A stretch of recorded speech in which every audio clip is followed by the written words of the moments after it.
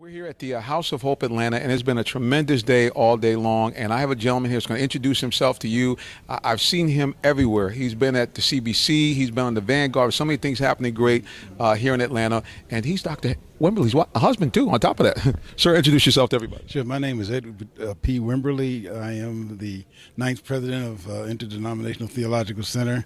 I've been there for over 30 years, and I'm just glad to be here, and I'm glad to be part of the Concerned Black Clergy of Atlanta.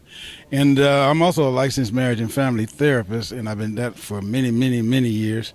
And one of the fascinating things about that, I come to grips with people who have suffered violence and perpetrators of violence for a long time, and I've learned a lot from my counseling experiences as well. But I've also learned a lot from the Concerned Black Clergy, and particularly how it was founded, related to the missing and murdered children. And how they came over to the Pascal's restaurant looking for ministers because the mothers couldn't afford the funerals for the kids. Wow. And that's been in existence. That is, this organization has been in existence over 30 years, and they meet every Monday without, unless there's a disaster or unless there is some federal holiday or something like that, they meet, and they've done that for over 30 years. It's a very fascinating organization, and it's rooted really in the pastoral understanding that Dr. King had when he was visiting in Montgomery, Alabama, folks in the church and that kind of stuff, and saw what was impacting their lives. It was because of his pastoral and visits and relationships with people that helped him to move into the civil rights movement. And CBC has that history, and it does its pastoral work as well as its justice work. Well, the thing that really intrigued me about what you just said, and I know it must be near and dear to your heart, with the recent failing, the trend of failing of marriages in Christendom, what does it mean for you to be there and try to help families get back on track?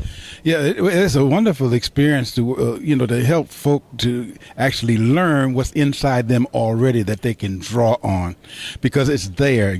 Some people have had some violent past and those kind of things, but you try to find those relationships that they have had as they were growing up and in other kinds of relationships, and you draw on them and you build on that. You don't build on the negative things, but you build on what they bring with them that are strengths, and part of the strength is the faith that folks bring as well.